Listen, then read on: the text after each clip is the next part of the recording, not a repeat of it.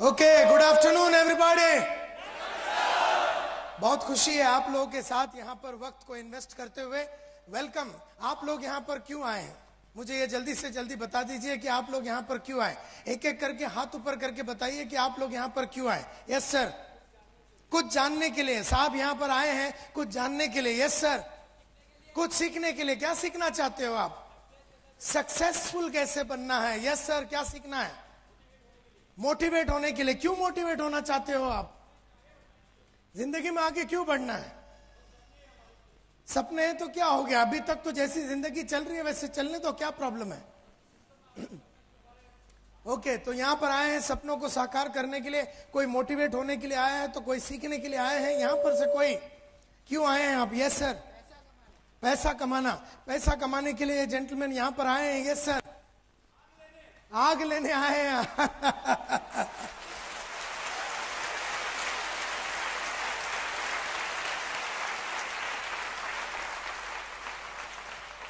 आग लेने आए हैं साहब यहाँ पर। मुझे खुशी है कि आप लोग यहाँ पर बहुत लंबे बंबई से और सूरत से, बड़ौदा से, सब जगह से, अहमदाबाद से आप लोग यहाँ पर आए हैं। थोड़ी सी अपने बारे में बात करूंगा और उसके बाद आगे चलूंगा। और क्या सीखना है आपको? और क्या सीखना है मतलब आप अगर मेरे को एकदम क्लियर करिए तो बोल दिया आपने मेरे को मोटिवेट होना है, और किसी ने कहा कि मुझे कुछ सीखना है, और किसी ने कहा कि आपको सुनने के लिए आए हैं। और क्या सीखना चाहते हो और क्या जानना चाहते हो? कोई भी ऊपर से किसी ने हाथ नहीं उठाया। चलिए। I want to improve myself. मैं अपने आप को इम्प्रूव करना चाहती हूँ। Lady out there says yes. पैसे की जो आग लगी है उसको बुझाने के लिए। अच्छा,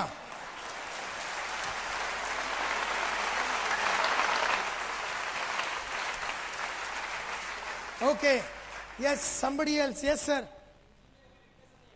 जिंदगी में कभी डिप्रेशन नहीं आवे, ये एक पते की बात आपने कही, क्योंकि कई लोगों को मैंने लाइफ में देखा उठते हुए और फिर बैठ जाते हैं। कोई 2-3 महीना ऊपर रहता है, फिर 4-5 महीना गायब हो जाता है। कोई 5-6 महीना ऊपर रहता है और उसके बाद गायब हो जाता है। ये क्यों होता है ये मैं जानता हूं। तो जिंदगी में हमेशा के लिए मोटिवेटेड रहना चाहते हैं। 1 महीना नहीं, 1 साल नहीं, एक खाली 3 महीना नहीं, 4 महीना नहीं, लेकिन हमेशा के लिए जिंदगी भर अगर मोटिवेटेड रहना है तो मुझे क्या करना पड़ेगा, ये उन्होंने मुझसे पूछा। मुझे क्या करना पड़ेगा, क्योंकि 24.5 साल हो गए मेरे को। 24.5 साल हो गए।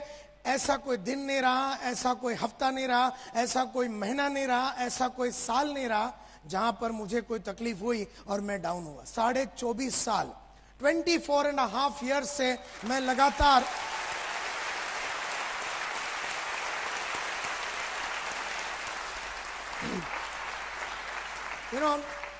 और बताइए क्या सीखना चाहते हैं? और बताइए क्या सीखना चाहते हैं?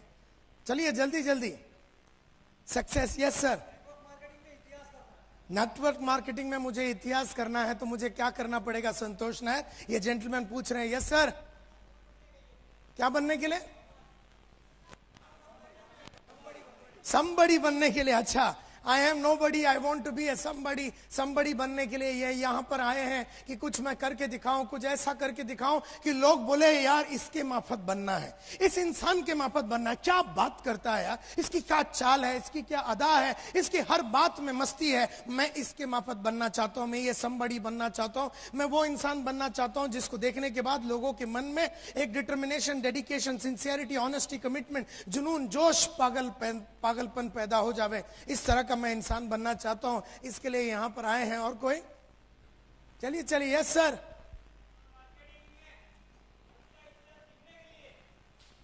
क्या बनने के लिए? कॉन्फिडेंट। ओके, नेटवर्क मार्केटिंग में वंश का इतिहास लिखने के लिए साहब यहां पर आए। कोई यहां से नीचे से? Yes sir. हाँ जी। नायर साहब बनने के लिए।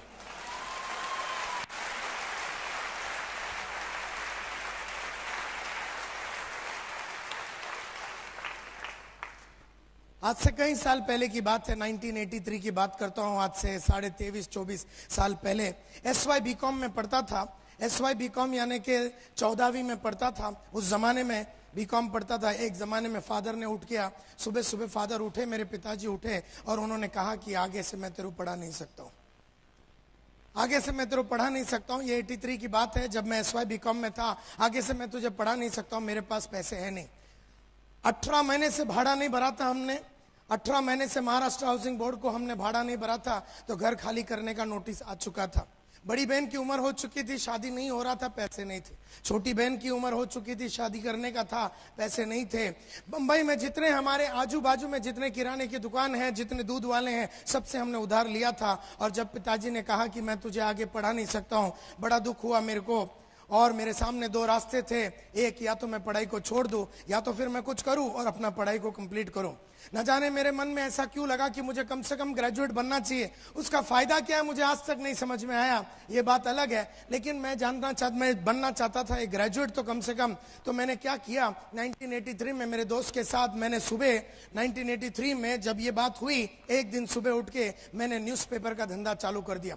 घर घर में जाके मैं न्यूज़पेपर डालता था। लोखंड वाला कॉम्प्लेक्स बोल के बम्बई में एक जगह है, वहां पर मैं घर घर में जाके न्यूज़पेपर डालता था। और न्यूज़पेपर डालने के बाद शाम सुबह 7:30-8 बजे के करीब मैं कॉलेज में जाता था पढ़ाई करने के लिए। दोपहर के टाइम पे मैं अकाउंटेंट का नौकरी करता था चीरा बाजार बोल के जगह में बंबई में, और रात के टाइम पे मैं ट्यूशन लेता था।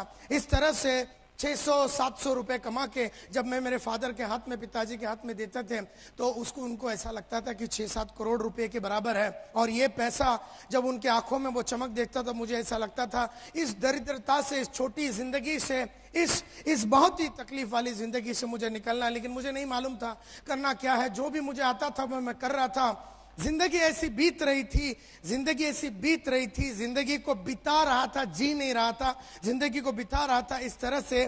तो एक दिन रात चलते चलते 1985 में मिल गया मेरे को स्वामीनाथन अय्यर, जो मेरे साथ स्कूल में पढ़ता था। अय्यर ने मुझसे पूछा, संतोष तू करता क्या है? और अय्यर तब जॉन वायत इंडिया लिमिटेड बोल के फार्मास्यूटिकल कंपनी जो दवाई बनाती है, उस कंपनी में मेडिकल रिप्रेजेंटेटिव था। अय्यर ने मुझसे पूछा, संतोष तू करता क्या है? मैंने पूरी कहानी बता दी। मैंने कहा कि रोज सुबह न्यूज़पेपर डालता हूं, दोपहर को उसके बाद कॉलेज जाता हूं, उसके बाद अकाउंटेंट की नौकरी करता हूं और रात को मैं ट्यूशन लेता हूं। तो अय्यर ने मेरे को ऊपर से नीचे तक देखा और बोला, यार संतोष तुझे याद है कुलकर्णी तुझे मालूम है? अपने गली का कुलकर्णी पिछले 32 साल से न्यूज़पेपर डाल रहा है। जिस पेड़ के नीचे से उसने अपने धंधे को चालू किया था, उसी पेड़ के नीचे आज भी वो बैठा है। अगर तू ये सोचता है कि घर घर में जाके न्यूज़पेपर डालने से अगर तू पैसे वाला बनेगा, ये तेरी सबसे बड़ी गलतफहमी होगी संतोष। खाली अगर 2 वक्त की रोटी चाहिए और जीना है सिर्फ पैसे भी करके, तो बात अलग है, न्यूज़पेपर ही नहीं कोई भी धंधा कर सकते हो। लेकिन अगर जीवन में बहुत बड़ा आदमी बनना है तो न्यूज़पेपर से काम नहीं चलेगा। और तू बोलता है अकाउंटेंट का नौकरी कर रहा है, आज तुझे 400 रुपया दे रहा है वो सिंधी फाइनेंसर जिसके उधर तू काम कर रहा है, अगले साल 500 हो जाएगा, अगले साल 600 हो जाएगा, अगले साल 700। आज से 15 साल के बाद जब तेरी उम्र 35 की होगी, तेरे 3,500-4 हजार का पगार होगा। अब 35 बरस का उम्र का आदमी 3,500-4 हजार रुपया जब कमाएगा, वो अपने बीवी बच्चों को किस तरह की जिंदगी देगा, वो अपने माँ बाप के कौन से सपने पूरे करेगा, इसका तू अंदाज अभी का भी लगा सकता। तुझे 15 साल बिताने की जरूरत नहीं, मैंने तेरी कहानी अभी की अभी बता दी। 15 साल के बाद क्या होगा मैं तेरे को अभी बता दिया। बंबई की किसी गली में वही 3-4 हजार रुपया का तू अकाउंटेंट बन के रह जाएगा।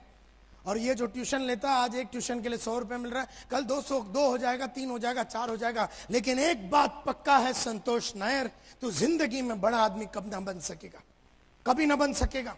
तू कभी वो पैसे नहीं कमा सकेगा जिसकी वजह से तेरे फादर की ये जो उधारी है और तकलीफ है, इससे तू कभी अपने फैमिली को बाहर नहीं निकाल सकेगा। तेरे बाप ने उधार लिया, तू भी उधार लेगा। तेरे बाप तकलीफ में जिंदगी बिताया, तू भी निकालेगा वैसे ही जिंदगी। तेरे माँ बाप के सपने कभी पूरे नहीं होंगे। तू जिस औरत से शादी करेगा उसको तू कभी ताजमहल दिखा नहीं पाएगा।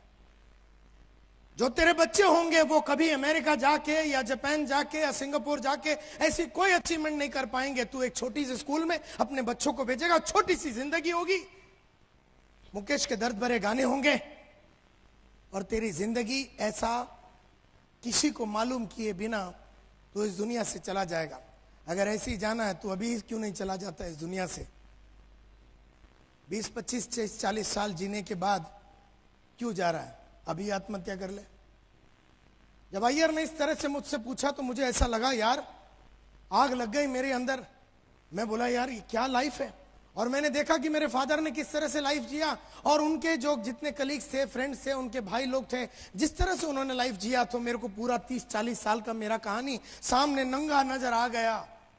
और तब मैंने डिसाइड किया, यस, कुछ करना तो पड़ेगा। और वो टाइम पे मैंने स्वामीनाथन अय्यर से पूछा कि अय्यर करना क्या पड़ेगा मुझे, अय्यर मुझे करना क्या पड़ेगा। अय्यर से मैंने जब पूछा कि मुझे करना क्या पड़ेगा, अय्यर ने मुझसे कहा कि जिंदगी बनानी है, नाम कमानी है, शौहरत कमानी है, इज्जत कमानी है, पैसे कमाने हैं, अपने एक एक सपने को पूरा अगर करना है तो एक ही प्रोफेशन है, एक ही धंधा है, एक ही प्रोफेशन है। उस प्रोफेशन में अगर तू चला गया तो तू नाम, इज्जत, शौहरत सब कुछ कमा सकेगा, और वो है profession, the profession of sales. Sales के प्रोफेशन में चला जा, बेचने की प्रोफेशन में चला जा, और अगर तू उस प्रोफेशन में अगर ईमानदारी के साथ वो सब किया जो करना चाहिए, तो तू जीवन में जो जो करना चाहता है, जितने भी तेरे सपने हैं, सब कुछ साकार हो जाएंगे। लेकिन मैंने आज से अय्यर से पूछा, लेकिन यार मुझे तो सेल्स के बारे में कुछ भी नहीं मालूम, मेरे को तो खाली debit what comes in, credit what goes out, debit expense and losses, credit incomes and profit, जो हमने अकाउंटेंसी में सीखा था, जो बीकॉम में सीखा था, वो आता है, लेकिन मुझे तो सेल्स के बारे में कुछ नहीं मालूम। उसने मुझसे कहा, अमिताभ ने एक्टिंग के पहले एक्टिंग कभी की नहीं थी, आशा भोसले ने गाने के पहले कभी गाया नहीं था, जाकिर हुसैन ने तबला बजाने के पहले कभी बजाया नहीं था, और तू भी सेल्समैन बनने के पहले सेल्स में था नहीं।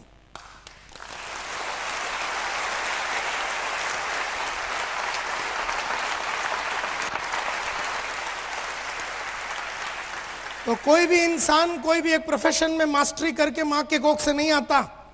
तो मिस्टर नायर, तेरे अगर मन में आग है, तेरे जीवन में कुछ कर दिखाने की भावना है, तो एक प्रोफेशन चुन, और यही है प्रोफेशन जिसमें तुझे नाम, इज्जत, शौहरत, ये प्रोफेशन में तुझे 5-6 रुपए अगर महीने के चाहिए तो 5 मिलेंगे, अगर 25,000 महीने के चाहिए तो 25 मिलेंगे, अगर 50 चाहिए तो 50 मिलेंगे, अगर तुझे लाख रुपया चाहिए तो लाख रुपया मिलेगा, 2 लाख चाहिए तो 2 लाख। तू बोल तेरे को कितना चाहिए, तेरे चाहतों के हिसाब से, तेरे चाहतों के हिसाब से तुझे पैसा मिलेगा, तेरे जरूरतों के हिसाब से नहीं, तेरे चाहतों के हिसाब से तुझे पैसे मिलेंगे। वो है सेल्स का ये लाइन।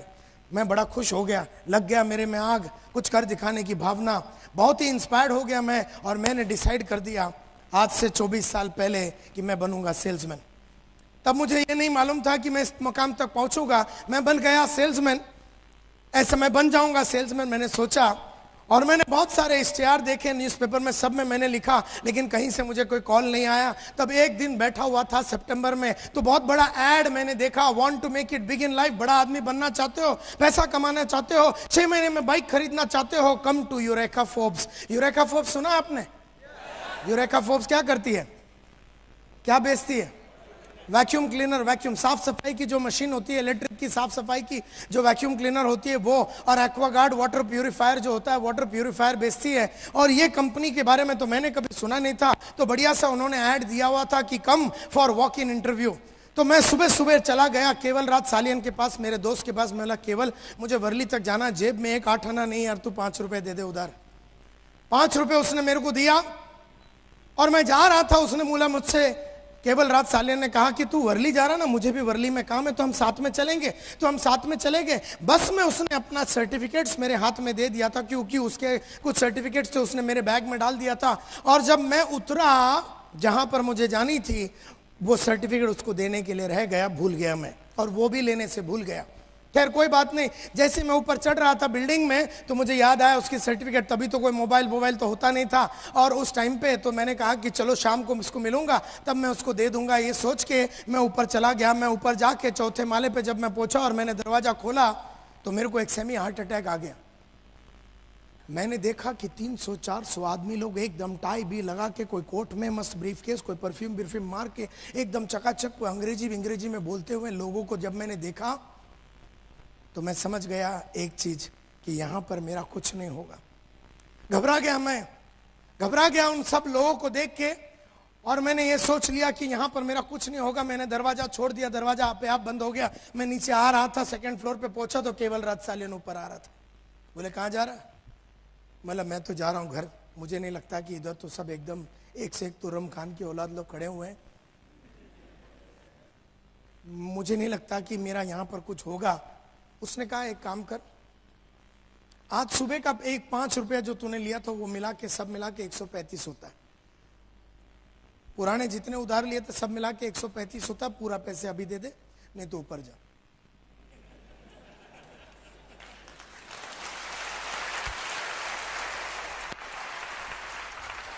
पैसे की मजबूरी, पैसे नहीं थे, पैसे की मजबूरी की वजह से मुझे यूरेका फोर्ब्स में जाना पड़ा और वहां पर जाके 9:30 बजे मैंने बैठ गया। 3:30 बजे 6 घंटे रुकने के बाद मेरा इंटरव्यू का नंबर आया।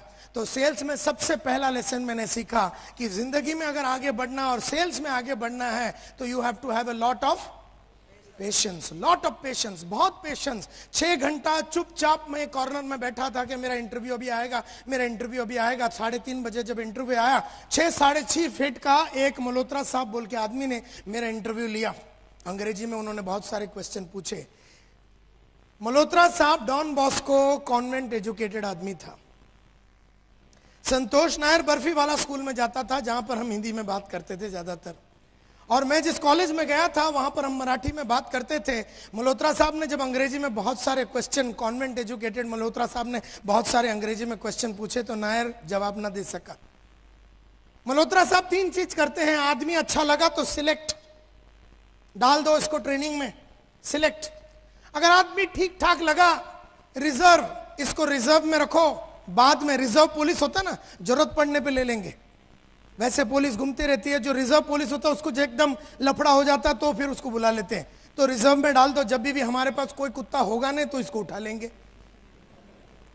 और तीसरा मल्होत्रा साहब करते थे, आदमी उनको ठीक ही नहीं लगा तो उसको रिजेक्ट, और मेरे को तीसरा कैटेगरी में डाल दिया, मुझे रिजेक्ट कर दिया। Because I did not look like a salesman. मैं ना सेल्समैन के माफत दिख रहा था, ना मैं सेल्समैन के माफत बोल रहा था, ना मेरे में ऐसी कुछ कैरेक्टरिस्टिक्स थी जिसको देख के मल्होत्रा साहब को ऐसा लगा कि ये आदमी सेल्स में कभी कुछ कर पाएगा। और इतना पतला सा था मैं, सब मिला के 40-45 किलो का होगा। मल्होत्रा साहब ने सोचा 20 किलो का अगर सूटकेस इसके हाथ में वैक्यूम क्लीनर देगा ये वैसे ही मर जाएगा साला।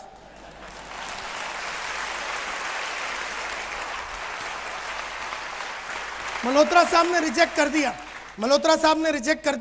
कर दिया तो उन्होंने कुछ बताया नहीं। उन्होंने ये बताया 15 दिन में बताएंगे। ये तो मुझे आज मालूम पड़ता है 15 दिन में बताने का मतलब है कि रिजेक्ट हो गया। तो मैंने बोला यस सर, 15 डेज में आप बताइए, कोई प्रॉब्लम है नहीं। मैं घर गया, बड़ी खुशी से अपने माँ को पूरे डिटेल में समझा दिया कि मैं आज इंटरव्यू देने गया था। मैंने पूछा कौन सी कंपनी में, यूरेका फोर्ब्स। बोले वो कौन सी कंपनी है? मैंने भी पहले सुना नहीं था। बोले तुझे करना क्या? बोला मेरे बोला कि घर में जाना पड़ेगा। घर में जाना पड़ेगा, एक घर में जाना पड़ेगा। और घर में जाके क्या करने का? मतलब घर में जाके वैक्यूम क्लीनर बेचना पड़ेगा। 18 किलो का सूटकेस है, वो सूटकेस लेके एक घर में जाना पड़ेगा, उसका डेमोन्स्ट्रेशन। बोले ये वैक्यूम क्लीनर क्या चीज़ होती है? मतलब वो तो मुझे भी नहीं मालूम। उन्होंने बताया कि कुछ साफ सफाई की मशीन है, ये घर में जाना है और जाके बेचना है। तू घर जाएगा? तू ये 18 किलो का सूटकेस लेके घर जाएगा? मेरी माँ इतनी घबरा गई कि केस पहुंच गया के.एस. नायर के दरबार में। अब के.एस. नायर मेरा बापू है, और दुनिया का जितने भी बड़े टेररिस्ट होते हैं, अगर दुनिया का नंबर 1 टेररिस्ट कोई एक आदमी है तो मेरा बाप दूसरा नंबर में आता है।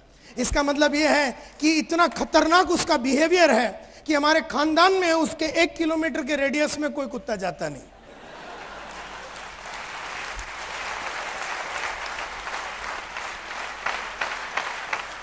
मेरे बापू को 3 बच्चे कैसे पैदा हो गए मेरे को आज भी डाउट है। मेरी माँ उससे आज भी इतनी घबराती है कि उसके सामने गई कैसे और मैं पैदा कैसा हुआ, ये भी मेरे को आज एकदम टेंशन में है।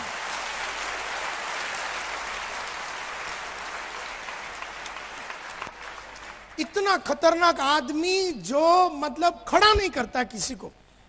आजकल 73 का है, टोटल बेड पे है। पुराना हिसाब किताब हम कर सकते हैं अभी, लेकिन अभी भी वो रूम में जाने को अपनी एकदम स्पेयर पार्ट हिल जाता है। आज भी बेड पे है लेकिन वहां नहीं जा सकते। एकदम हवा है, हवा, एकदम डरावना आदमी है। केस जब उनके दरबार में गया और बोला बेटा बोलता है सेल्समैन बनेगा, घर में जाएगा, पेटी लेके घूमेगा। मेरे बाप ने ऊपर से नीचे देख लिया मेरे को एक ही नजर में, और मेरा सेल्समैन का करियर उधर ही खलास हो गया। बोले ये सब सिंधी पंजाबी लोग का काम है, समझ में आया तुझे? ये सब सिंधी पंजाबी लोग करते हैं घर में जाने का, ये सब हम मद्रासी लोग नहीं करते। मुझे देख, मैं 35 साल से एक जगह में काम कर रहा हूं, एकदम एक ही कंपनी में, केईसी इंटरनेशनल में, और अभी मेरा और 15 साल बचा हुआ है। एक जगह पे रहे, अभी तेरा अच्छा अकाउंटेंट का नौकरी चल रहा है, आज 400 रुपए पगार है, कल 500 हो जाएगा, जिंदगी तेरी मस्त चलेगी, मुझे देख। वो रात पहली बार मैंने अपने बाप को बराबर देखा, और देखने के बाद यह तय किया कि इसके माफत तो बनना नहीं है। अच्छा हो गया उन्होंने मुझसे बोला कि मुझे देख। ना वो बोलते ना मैं बराबर देखता, क्योंकि इतने साल में तो उसको देखा ही नहीं अपन ने।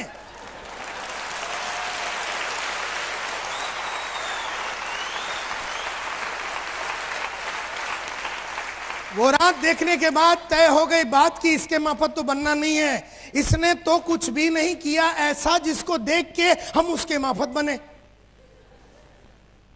तो ये बात तय हो गई कि फादर के माफत बनना नहीं है। मोहब्बत तो आज भी अपने बाप से करते हैं उतने ही जितना पहले भी करते थे, आगे भी करेंगे, वो बात अलग है, लेकिन इसके माफत बनना, अपना बाप है तो उसके माफत बनना जरूरी नहीं है। अगर वो कुछ अचीवमेंट वाला होता और अगर बहुत खंबे उसने गाड़ दिए होते तो फिर एक हाथ हम भी मार के देखते उसके माफत। लेकिन इस आदमी ने, जिसने मुझे शाम को 6 बजे बोला मुझे देख मेरे माफत बन, मैंने ये डिसाइड किया इसके माफत नहीं बनूंगा। और ये बात पक्का हो गया। वो रात अय्यर का बात पक्का हो गया, बाप को मिलने के बाद अय्यर का बात पक्का हो गया कि अब तो मैं सेल्समैन बन के ही रहूंगा। लेकिन उनको बताया नहीं क्योंकि घबराता था मैं उनसे, और मैंने कुछ बताया नहीं। और यहां से भी कोई कॉल नहीं आया, महीना भर बीत गया, कोई कॉल ही नहीं आया यूरेका फोर्ब्स से। तो एक मतलब कहानी ऐसी जाती है कि आधा बंबई मल्होत्रा साहब संभालते थे।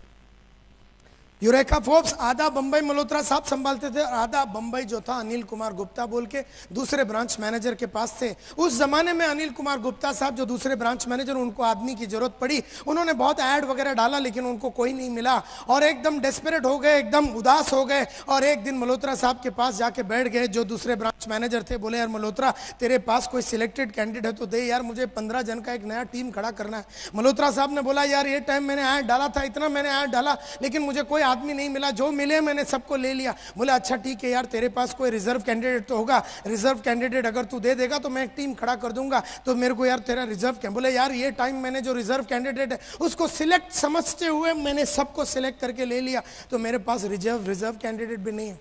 बोले यार मल्होत्रा, तेरे पास कोई रिजेक्ट माल तो होएगा। बोले बहुत सारे हैं, और उसमें मेरा नंबर भी था। मल्होत्रा साहब ने गुप्ता साहब को सभी रिजेक्टेड कैंडिडेट, आड़े टेढ़े जितने भी नॉनसेंस वाले आदमी थे, जितने बेकार जो लोग थे, उनका पूरा लिस्ट उठा के गुप्ता साहब को दे दिया। गुप्ता साहब ने उसमें से छाटम छाटी करके न जाने क्या टेक्निक यूज करके एक टेलीग्राम भेज दिया। 2 अक्टूबर गांधी जयंती 1985 दोपहर के 2 बजे मेरे हाथ में एक टेलीग्राम आया, report for final interview 9:30 in the morning 3 अक्टूबर 1985। तकदीर ने वहां साथ दिया, तकदीर ने वहां साथ दिया कि टेलीग्राम के.एस. नायर के हाथ न लगा। इसको बोलते हैं ऊपर वाले की देन, कि तकदीर ने वहां साथ दिया कि टेलीग्राम के.एस. नायर के हाथ में नहीं लगा। लगा होता तो आज चीरा बाजार के गलियों में मैं आज भी 4000 रुपए का अकाउंटेंट का नौकरी करता बैठा। तो मैंने जैसे ही देखा टेलीग्राम अंदर डाल दिया, और मैंने मन में सोच लिया यार रिपोर्ट फॉर फाइनल इंटरव्यू। अगले दिन 3 अक्टूबर 1985 को गुप्ता साहब के सामने जाके मैं बैठ गया। उन्होंने कहा क्या चाहिए तुझे। मैंने बोला सर मेरे को पैसे कमाने। बोलते ये लाइन में इज्जत मिलेगा, शोहरत मिलेगा, नाम मिलेगा। मैं बोला वो आप अपने पास रख लो, इज्जत नाम शोहरत मेरे को चाहिए ही नहीं, फिलहाल अभी रोकड़ा चाहिए। रोकड़ा ही नहीं लेती, इज्जत लेके मैं क्या करूंगा, शोहरत लेके मैं क्या करूं, मुझे रोकड़ा चाहिए सर। मेरे को ये बताओ कि पैसे कैसे कमाया जा सकता है, tell me how to make money, पैसे कैसे कमाया जा सकता है, बाद में इज्जत शोहरत सब देख लेंगे। आदमी का हाल ही इतना फटा हुआ था, पहनने के लिए कपड़ा नहीं, वो बोलता है कि मैं तुझे इज्जत दूंगा। तो मैंने बोला ये सब नहीं चाहिए सर, पैसे कमाने का रास्ता बताओ, ईमानदारी वाला रास्ता बताओ, ईमानदारी से जो काम किया जा सकता है और जिसमें पैसे कमा। बोलता है you have joined the right profession, sales is the best profession you have joined, कोई टेंशन नहीं लेने का। एंड उन्होंने मुझे सेलेक्ट किया, और उन्होंने कहा कि एक बैच मैं कल सुबह शुरू कर रहा हूं और एक बैच मैं शुरू करने वाला हूं 15 दिन के बाद, 15 डेज के बाद मैं एक बैच चालू करने वाला और एक कल सुबह चालू करना, तू कौन सा ज्वाइन करना चाहेगा।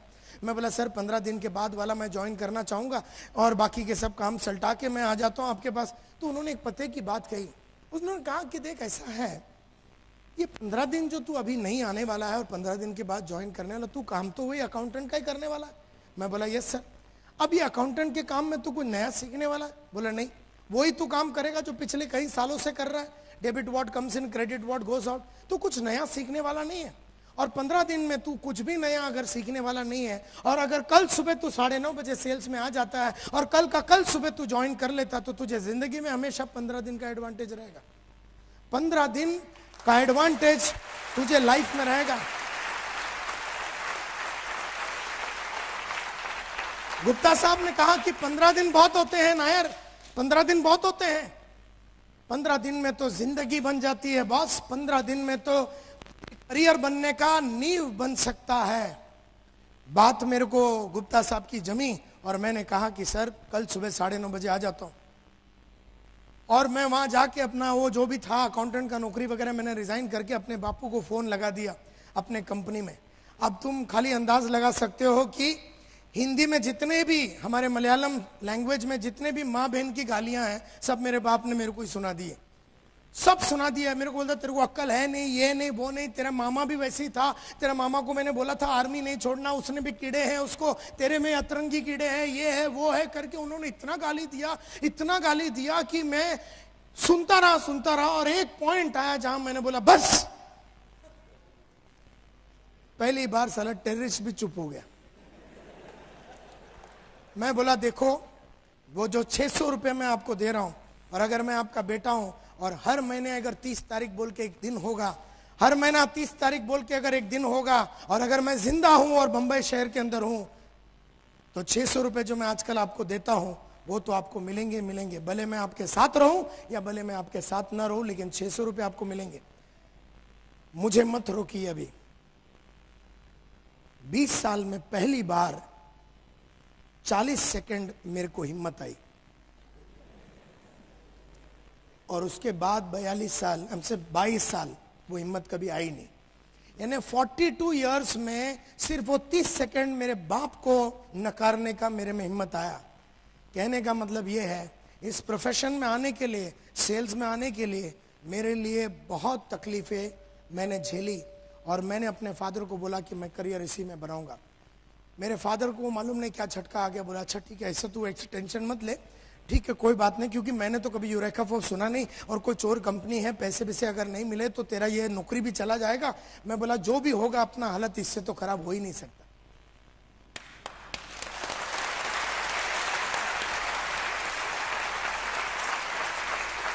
अपनी हालत इतनी फटी हुई थी, इससे ज्यादा फटने का सवाल ही नहीं उठता, इससे नीचे जाने का सवाल ही नहीं उठता कि 18 महीना भाड़ा नहीं दिया तो 19 महीना नहीं दिया तो कौन सी बड़ी बात हो गई, है कि नहीं।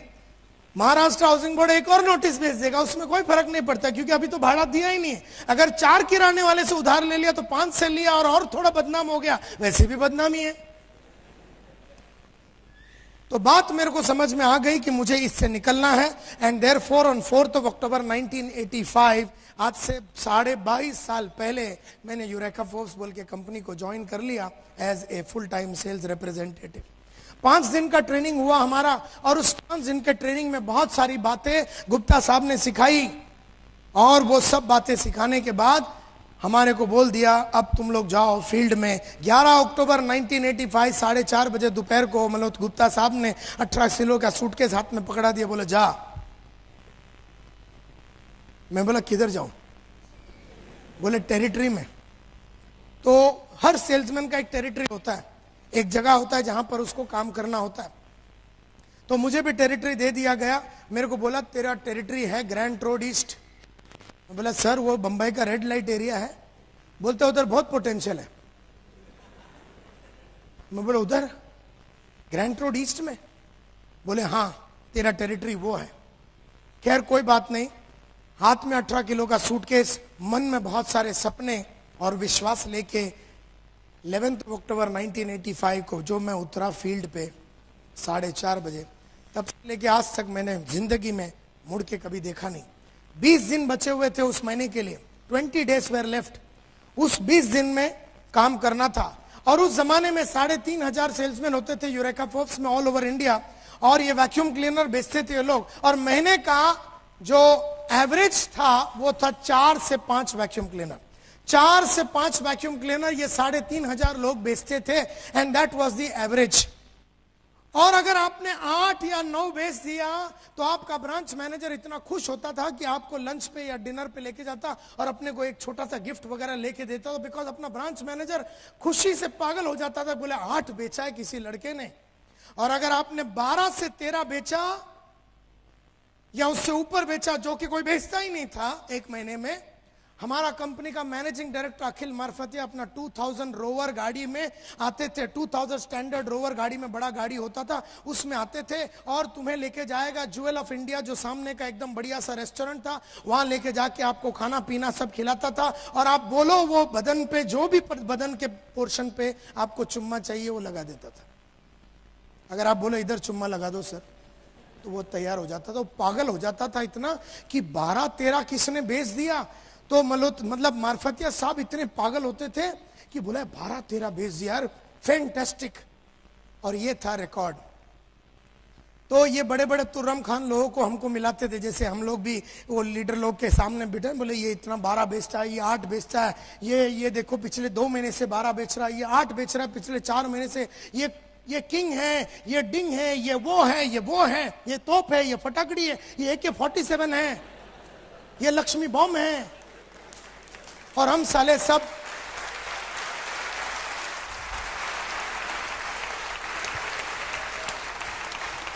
उन लोगों को देखने के बाद एहसास हो गया तो हम तो अपटी बॉम्ब हैं करके।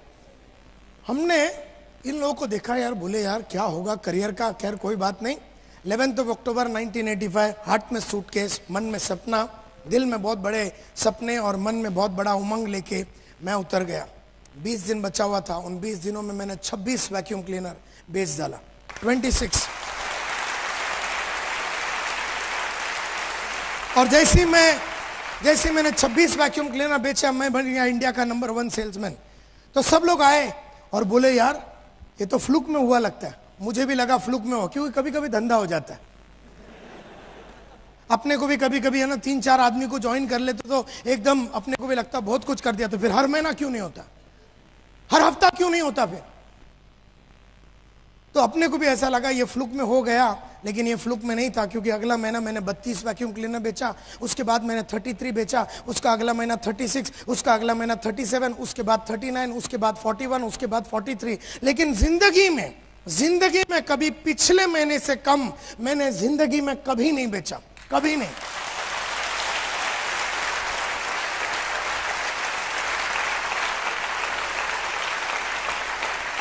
और ये फिलॉसफी रहा लाइफ का कि मैंने जिंदगी में जितने पैसे लास्ट महीने में कमाया उतना मैं कभी नहीं कमाता हूं। ये मेरा फिलॉसफी है। अगर लास्ट महीना 1 लाख कमाया तो ये महीना 1.25 लाख कमाऊंगा, और अगर ये महीना 1.25 लाख कमाया तो अगले महीना 1.5 लाख। कभी पिछले महीने से कम मैंने लाइफ में 23 साल में नहीं कमाया, लाइफ में। ये फिलॉसफी है मेरा। तो बन गया इंडिया का नंबर 1 सेल्समैन। तो उन्होंने मेरे को बना दिया ग्रुप लीडर, तो मैं बन गया इंडिया का। 4 लड़के मेरे नीचे डाल दिए, मैं बन गया इंडिया का नंबर 1 ग्रुप लीडर। तो मुझे बना दिया सेल्स सुपरवाइजर 12 लोगों के साथ, मैं बन गया इंडिया का नंबर 1 सेल्स सुपरवाइजर। तो डाल दिया मेरे नीचे 29 लोग और मुझे बना दिया ब्रांच मैनेजर, और मैं बन गया इंडिया का number 1 branch manager.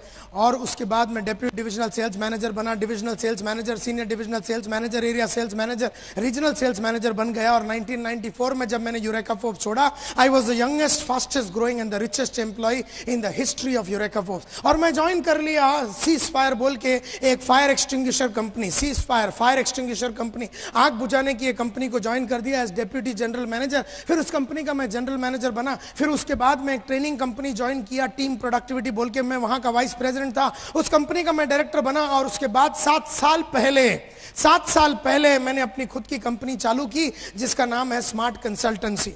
Smart consultancy जो है,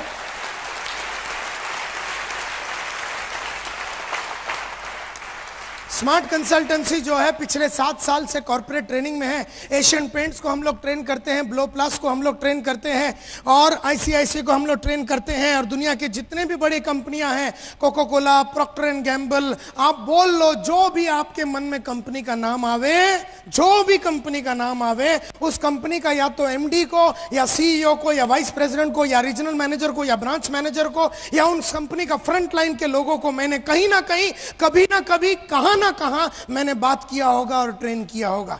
करीबन 200 टॉप कंपनियां इंडिया के, टॉप कंपनियां इंडिया के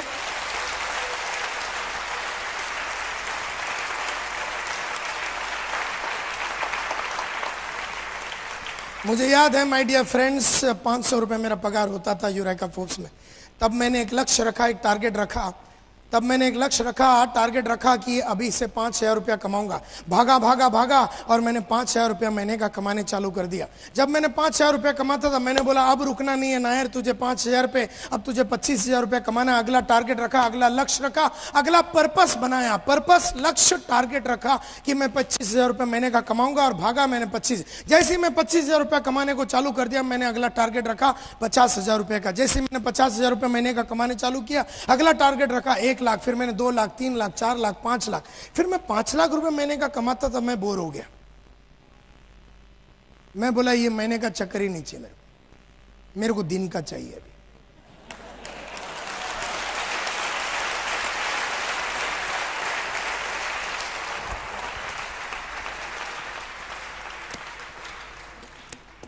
तब मुझे याद है पहला बार मैंने दिन का टारगेट रखा कि दिन में 3,000 कमाऊंगा।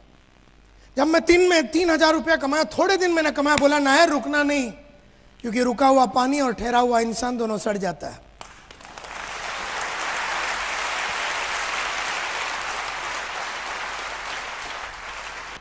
मैं सड़ना नहीं चाहता था, मैं रुकना नहीं चाहता था, क्यों रुक गया तो मैं फंस गया।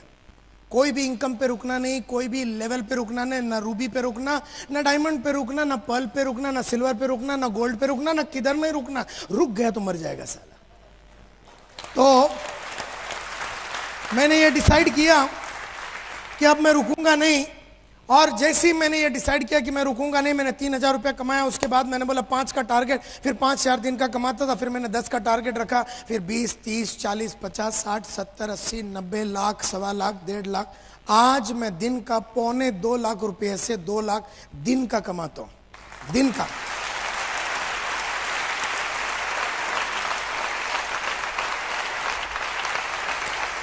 और अगर आप मेरा ट्रेनिंग कैलेंडर, मेरा ब्रीफकेस खोल के मेरा ट्रेनिंग कैलेंडर देखेंगे,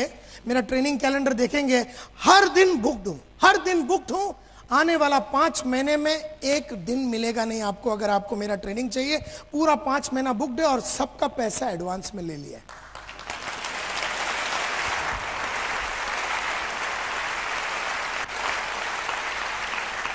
रोकड़ा पहला लेता हूं, रोकड़ा दिखाने तो सल मुंह से डायलॉग ही नहीं आता है।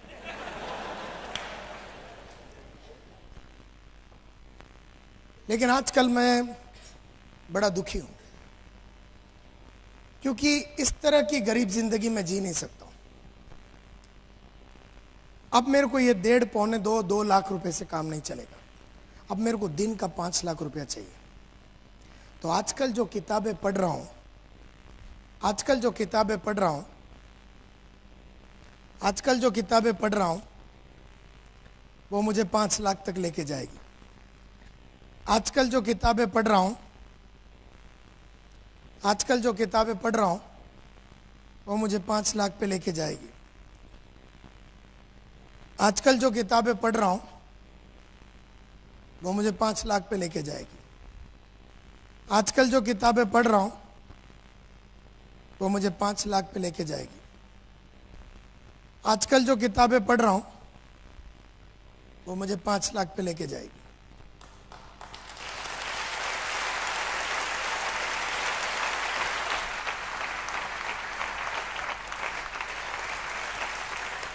आजकल जो कैसेट सुन रहा हूं,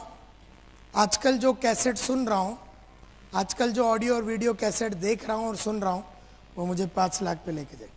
और आजकल जिस इंसान के ट्रेनिंग प्रोग्राम अटेंड करता हूं मैं, वो मुझे 5 लाख पे लेके जाएगा। अभी मैं इंडोनेशिया गया था, बाली में मेरे गुरु को मिलने के लिए। वो दिन का 25 लाख लेता है। वो मेरा बाप है।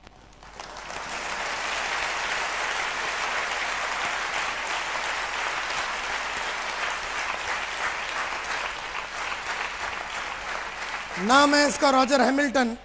वो जिसके पास जाता है वो दिन का 1 करोड़ लेता है। तो प्लीज अंडरस्टैंड, मैं उन लोगों के संगत में हूं जो मुझे 25 लाख दिन का कमा के दे सकते। मैं आजकल वो बुक पढ़ रहा हूं जो मुझे 25 लाख दिन का कमा के दे सकती। आजकल मैं वो वीडियो देख रहा हूं जो मुझे दिन का वो पैसा ला के दे सके। तो प्लीज अंडरस्टैंड, ये जितने भी टाइम पैसे ऊपर गए, ये ऊपर गया। ये बाहर से तो अच्छा हुआ ही हुआ, लेकिन ये ऊपर गया। Please understand, knowledge is power. खाली मोटिवेशनल पेप टॉक से काम नहीं चलता। आदमी के अंदर नॉलेज होना चाहिए, जितना ज्यादा नॉलेज। क्योंकि मैं एक चीज समझ गया, अगर मैं 3,000 कमा रहा हूं दिन का, तो मेरे पास 3,000 की समझ है। और अगर मैं 30,000 कमा रहा हूं तो मेरे पास 30,000 की समझ है। और अगर मैं 3 लाख कमा रहा हूं तो मेरे को 3 लाख की समझ है, 3 लाख की अंडरस्टैंडिंग है, 3 लाख का विचार है। प्लीज अंडरस्टैंड, जब भी आपको अगला लेवल पे जाना है, पढ़ाई को बढ़ाओ। ऐसे इंसानों के संगत में रहो जो आपको वो अगले लेवल पे लेके जा सकता है। ऐसे ऑडियोज और वीडियो, बाहर अगर आप जाएंगे तो 70 वीडियो है मेरे, 70।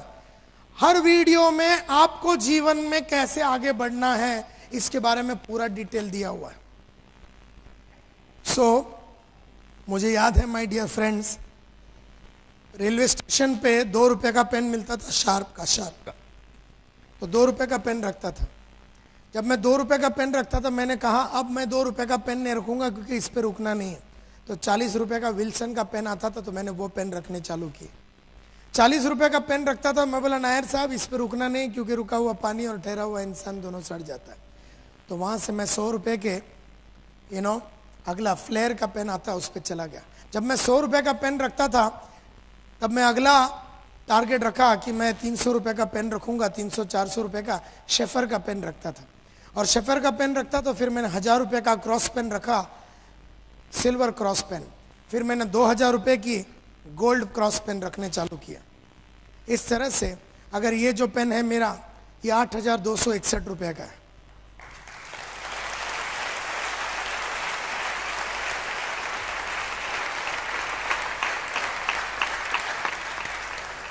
मेरा अगला पेन होगा कार्टियर का 1 लाख रुपए का।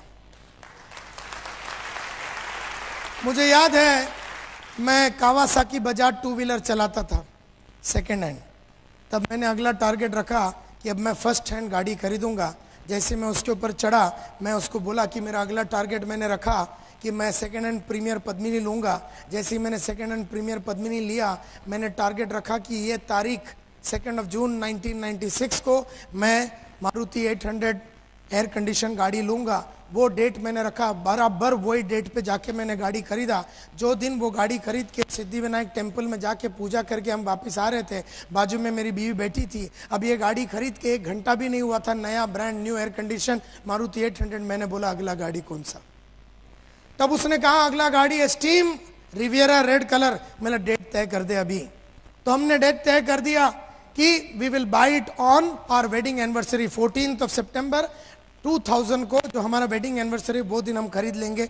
बराबर 1:30 बजे दोपहर को जाके हमने वो गाड़ी खरीद लिया। जब हम उसको लेके महालक्ष्मी टेम्पल जाके पूजा करके वापस आ रहे थे, नीचे उतर रहे थे, मैंने गाड़ी बाजू में लगाया। मैं अगला गाड़ी कौन सा?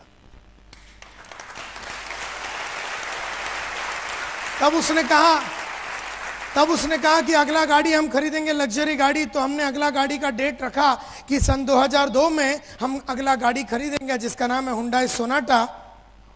और बराबर 18 दिसंबर 2002 को हमने जाके वो गाड़ी खरीदी सोनाटा। और जैसे ही सोनाटा लेके प्रेयर करके हम नीचे उतर रहे थे, गाड़ी हमने साइड में लगाया और पूछा अगला गाड़ी कौन सा?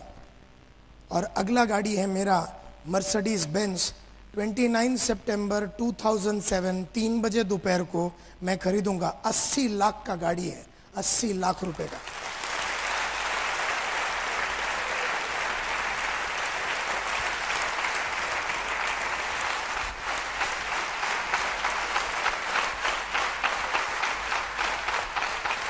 मुझसे कुछ भी पूछो, मुझसे कुछ भी पूछो, डेट के साथ बताऊंगा कि नायर साहब आप रिटायर कब होना चाहिए, डेट के साथ बताऊंगा। नायर साहब आपका अगला घर कौन सा, डेट के साथ, टाइम के साथ बताऊंगा। कहां, सीजी रोड में 1200 स्क्वायर फीट, 3 बजे दोपहर, 14 जनवरी 2000, डेट के साथ। यहां बैठा हुआ कितने इंसान के पास हर चीज जो आपको करना है, खुद का ऑफिस हो, लैपटॉप हो, या आपका कुछ भी हो, घर हो, गाड़ी हो, कुछ भी हो, मुझसे पूछो अगला मेरा फॉरेन ट्रिप कहां पर होगा, किसके साथ होगा, डेट के साथ सब तय है, तारीख के साथ तय है, कैलेंडर में ब्लॉक कर दिया, टिकट बुक करने के लिए दे दिया है। आज से 1 साल के बाद वाला हॉलीडे भी सब तय है। आपके पास आपका अगला लक्ष्य का डेट और टारगेट, हर चीज का डेट के साथ पूरे डिटेल में एक बढ़िया सा 200 पेज के बुक में, जिस इंसान के पास यहां पर है हाथ ऊपर करो। यही है प्रॉब्लम जिंदगी की, कि हम में से कईयों को यह नहीं मालूम कि हमें जाना कहां है। अब जाना कहां है मालूम नहीं है तो कोई भी रास्ता चलेगा। जब मुझे मालूम ही नहीं कि दिल्ली जाना है, कि लाहौर जाना है, कि पाकिस्तान जाना है, कि श्रीलंका जाना है, किधर भी चला जाऊंगा मैं। जब मुझे मालूम ही नहीं है कि मेरा लक्ष्य क्या है, मेरा गोल क्या है, तो मैं किस लिए लड़ रहा हूं मुझे भी नहीं मालूम। And this is the problem with life, कि अगर आपको जीवन में आगे बढ़ना है तो आपका हर लक्ष्य, आपका हर टारगेट डेट के साथ लिखा हुआ आपके पास होना चाहिए, कंप्लीटली डेट के साथ आपके पास लिखा होना चाहिए। और तभी बनी रहती है ये आग, और तभी बनी रहती है ये आग, न बुझ सकेगी वो, क्योंकि बुझने को तुम दोगे नहीं, क्योंकि एक लक्ष्य के बाद दूसरा लक्ष्य ऑलरेडी लाइन से तय है, लाइन से तू बुझ ही नहीं सकता, तुझे अधिकार नहीं है बुझने का। एक बार लक्ष्य लिख लिया, हम में से कई लोग लक्ष्य लिखते नहीं हैं, एंड देयरफॉर आग हमारे को लगती नहीं है। And this is the problem. जब मैंने पूछा कितने लोगों के पास है, सब मिला के 10 आदमी के पास नहीं है। 1200 आदमी यहां पर बैठे, 10 इंसान के पास डेट नहीं है। और यही रीजन है कि पिछले 10 साल में, 5 साल में, 8 साल में, 15 साल में आपने वो नहीं कमाया जो मन में आपने हमेशा सोचा आप कर न सके। चाहतों को आपने लगातार मारा और जरूरतों से हिसाब से जीने की आदत आपने डाल दी। चाहतों को लगातार मारा और जरूरतों के हिसाब से जीने की हमने आदत डाल दी, क्योंकि जिसका लक्ष्य नहीं होता वो जरूरतों के हिसाब से जीता है, जिसका लक्ष्य होता वो चाहतों के साथ जीता है।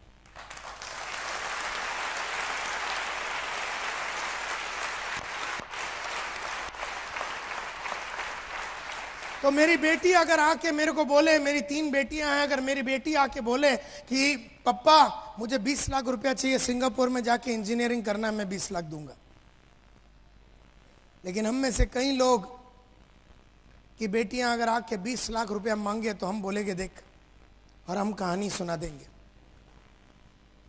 और यही कहानी मेरे फादर ने मेरे को अपनी पढ़ाई के बारे में सुनाई थी। और मैं हिस्ट्री को दोहराना नहीं चाहता, मैं अपना बाप बनना नहीं चाहता। अगर मैं बाप हूं मेरी बेटियों का, और अगर हस्बैंड हूं मैं मेरी बीवी का, और अगर बेटा हूं के.एस. नायर का और इंदिरा एस. नायर का, सपने जिसके भी हो मैं पूरा करूंगा।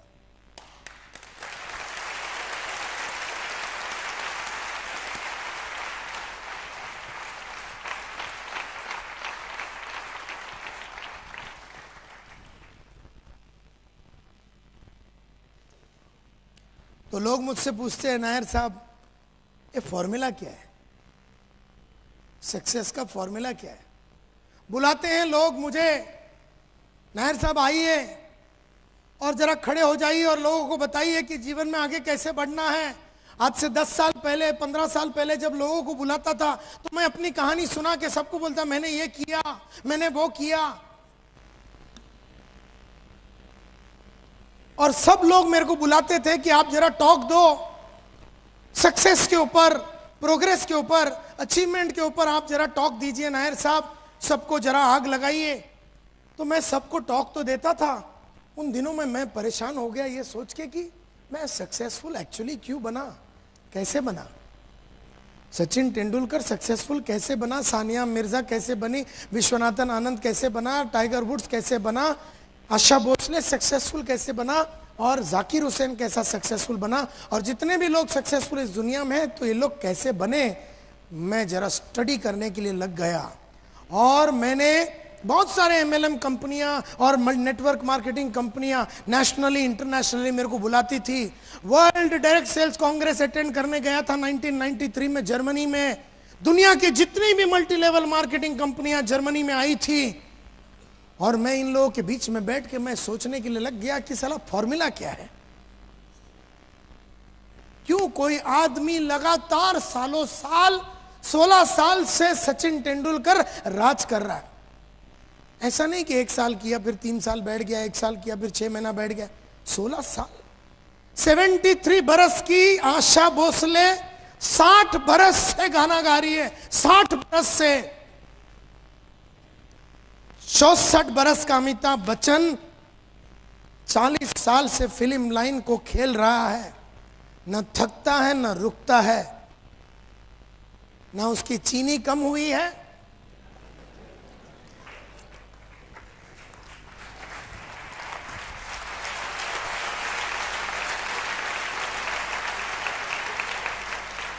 तो मैं बड़ा परेशान हो गया। मैं बोला यार मैं तो खुद सक्सेसफुल हूं और दुनिया का बहुत सारे आदमी सक्सेसफुल है, लेकिन फॉर्मूला क्या है, करते क्या है ये सक्सेसफुल लोग।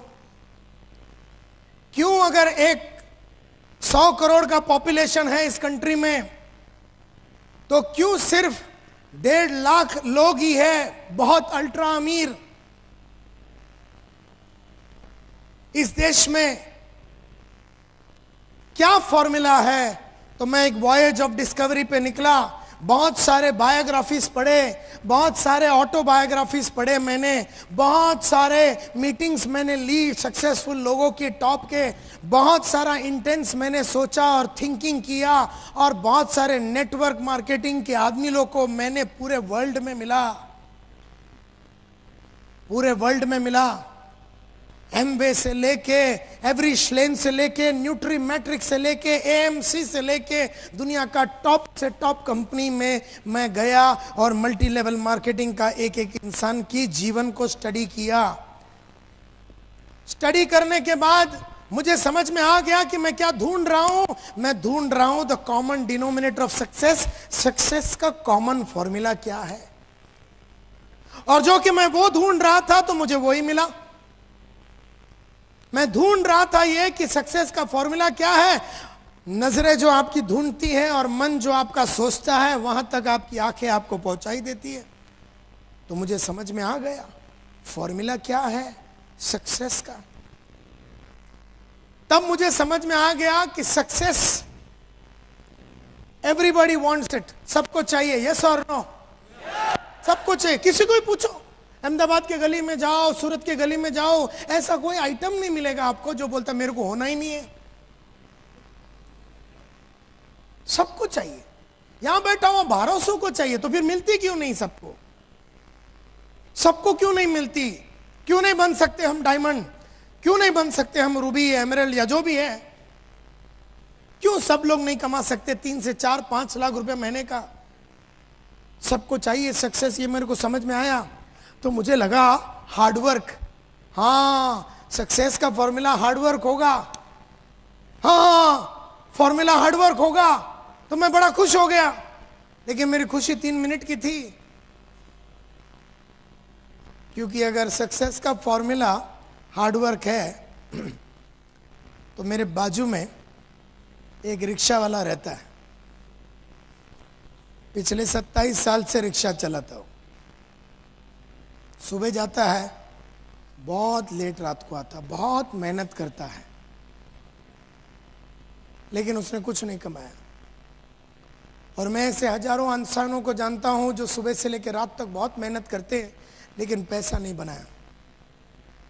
तो मेरे को फॉर्मूला समझ में आ गया कि हार्डवर्क का सक्सेस से कोई कनेक्शन ही नहीं।